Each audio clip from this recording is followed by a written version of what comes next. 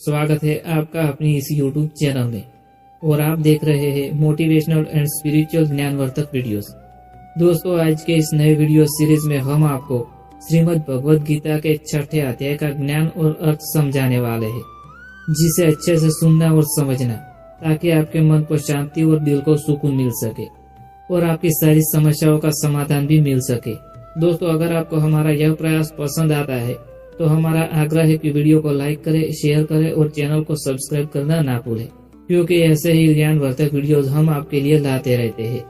तो चलिए शुरू करते हैं। दोस्तों, क्या आपको पता है कि असली योगी कौन होता है? क्या संन्यास लेना ही मोक्ष का रास्ता है या फिर कोई गहरी सच्चाई छिपी है? आज हम श्रीमद् भगवद गीता के 6ठे अध्याय, जिसका नाम है ध्यान योग, की गहराई में उतरेंगे, जहाँ भगवान श्री कृष्ण अर्जुन को समझाते हैं कि सच्चा योगी वही है जो मन, इंद्रिय और कर्मों पर नियंत्रण रखता है। यह अध्याय हमें ध्यान की शक्ति, आत्म संयम और परमात्मा से जुड़े रहस्यों को उजागर कराता है। अगर आप भी अपने जीवन में शांति, स्थिरता और आध्यात्मिक उन्नति चाहते हैं तो इस वीडियो को अंत तक जरूर देखें, क्योंकि इसमें आपको मिलेगा वह ज्ञान जो आपके मन को एक नई दिशा देंगे। तो चलिए शुरू करते हैं इस दिव्य यात्रा को। श्रीमद् भगवद गीता का 6ठा अध्याय, जिसका नाम है ध्यान योग या आत्म संयम योग भी कहा जाता है। इसमें भगवान श्री कृष्ण अर्जुन को योग, ध्यान और आत्म संयम के महत्व को समझाते हैं। यह अध्याय योगी की स्थिति, ध्यान की विधि और योग के अभ्यास से होने वाले लाभों पर प्रकाश डालता है। यह अध्याय कुल 47 श्लोकों में विभाजित है और इसमें मुख्य रूप से 4 विषयों पर चर्चा की गई है। तो चलिए बताते हैं कौन से वो 4 विषय। पहला है कर्मयोगी और सन्यासी की तुलना। इस खंड में भगवान श्री कृष्ण बताते हैं कि जो व्यक्ति बिना फल की इच्छा किए कर्तव्य का त्याग करता है, वही सच्चा सन्यासी और योगी होता है। केवल बाहरी रूप से सन्यास लेना, जैसे कि किसी सन्यास के वस्त्र पहन लेना, पर्याप्त नहीं है, बल्कि सच्चा सन्यास वह है जो मन और इंद्रियों पर नियंत्रण रखते हुए निस्वार्थ भाव से कर्म करना। सन्यासी वही है जो बिना इच्छा के कर्म करता है। केवल कर्मों का त्याग करना ही सन्यास नहीं है। कर्म योगी ही असली योगी है, क्योंकि वह बिना आसक्ति के कर्म करता है। जो व्यक्ति न तो सुख में आनंदित होता है न दुख में विचलित होता है, वही सच्चा योगी है। श्री कृष्ण कहते हैं कि गृहस्थ भी योगी हो सकता है यदि वह निष्काम कर्म करता है। अर्जुन को कर्मयोग अपनाने की सलाह देते हुए वे बताते हैं कि ऐसा व्यक्ति ही आत्म साक्षात्कार के मार्ग पर चल सकता है। आगे श्री कृष्ण समझाते हैं योगी का जीवन और उसकी श्रेष्ठता। इस खंड में श्री कृष्ण बताते हैं कि योगी का जीवन कैसा होना चाहिए और ध्यान की प्रक्रिया क्या है।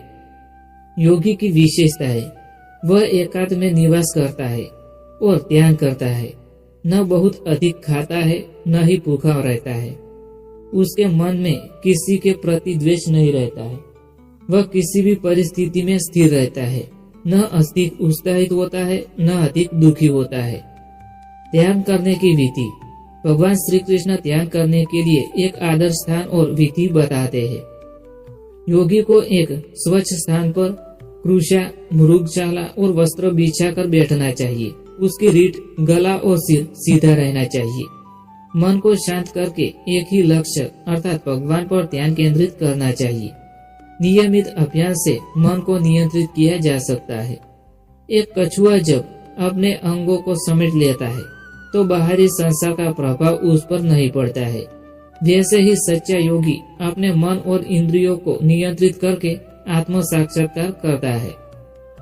तीसरा है ध्यान की विधि एवं ध्यानस्थ योगी की स्थिति। यह खंड ध्यान योग की गहराइयों को समझाता है। श्री कृष्ण कहते हैं कि ध्यान करने वाला व्यक्ति धीरे धीरे अपने मन को सभी विषयों से हटा लेता है और भगवान में स्थिर कर देता है।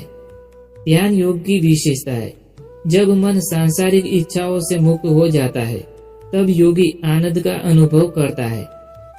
वह सुख दुख, लाभ हानि और जय पराजय में समान रहता है। जब योगी आत्मा का अनुभव कर लेता है तो उसे परम आनंद की प्राप्ति होती है। इस अवस्था में आकर वह बाहरी वस्तुओं में सुख नहीं खोजता है, जैसे एक दीपक हवा रहित स्थान पर स्थिर रहता है, वैसे ही ध्यान में स्थिर योगी अपने मन को भगवान में अचल कर लेता है। योगी की महिमा। श्री कृष्ण कहते हैं कि योगी अन्य सभी तपस्वियों, ज्ञानियों और भक्तों से श्रेष्ठ होता है। केवल शास्त्र पढ़ना ही पर्याप्त नहीं है, बल्कि आत्मा को अनुभव करना ही सच्चा ज्ञान है। चौथा है अनेक जन्मों के बाद मिलने वाली सिद्धि और सर्वोच्च योगी की पहचान। श्री कृष्ण बताते हैं कि जो व्यक्ति ध्यान में असफल हो जाता है, उसे अगले जन्म में फिर से यह अवसर मिलता है। यदि कोई व्यक्ति योग का अभ्यास करता हुआ मृत्यु को प्राप्त करता है, तो वह अगले जन्म में किसी उच्च कुल में जन्म लेकर अपना अभ्यास जारी रख सकता है। योगी के पुनर्जन्म की प्रक्रिया। यदि कोई व्यक्ति योग में असफल हो जाता है, तो अगले जन्म में वह आध्यात्मिक रूप से उत्पन्न परिवार में जन्म लेता है। ऐसे व्यक्ति को पिछले जन्म की स्मृतियां सहज ही प्राप्त हो जाती है। धीरे धीरे वह पुनः योग में प्रवृत्त होकर पूर्णता को प्राप्त करता है। सर्वोच्च योगी कौन है? श्री कृष्ण इस अध्याय के अंतिम श्लोक में बताते हैं कि जो पूर्ण श्रद्धा और प्रेम से भगवान का भजन करता है, वही सर्वोच्च योगी है। इस अध्याय का सारांश और शिक्षा है, सच्चा संन्यास त्याग और कर्तव्य के संतुलन में रहता है। योग का सार आत्म संयम और ध्यान में है। योगी का जीवन अनुशासन, संयम और समर्पण से युक्त होता है। ध्यान योग द्वारा व्यक्ति परमात्मा से जुड़ सकता है और मोक्ष प्राप्त कर सकता है। सभी योगियों में सबसे श्रेष्ठ वह है जो प्रेम और भक्ति से भगवान का स्मरण करता है। इस अध्याय की सीख। छठा अध्याय हमें सिखाता है कि योग केवल शारीरिक व्यायाम नहीं है, बल्कि आत्मा की परमात्मा से जुड़ने की विधि है। ध्यान द्वारा मन को शांत करके व्यक्ति सच्चे आनंद को प्राप्त कर सकता है। श्री कृष्ण अंत में कहते हैं कि सबसे श्रेष्ठ योगी वही है जो प्रेम पूर्वक भगवान की भक्ति करता है। इसलिए ध्यान और भक्ति को अपनाकर हम अपने जीवन को आध्यात्मिक रूप से समृद्ध बना सकते हैं। दोस्तों, इसी के साथ यह अध्याय यहाँ समाप्त होता है। मैं उम्मीद करता हूँ कि आपको पसंद आया होगा। अगर पसंद आया हो तो वीडियो को लाइक करें, शेयर करें और चैनल को सब्सक्राइब करना ना भूलें।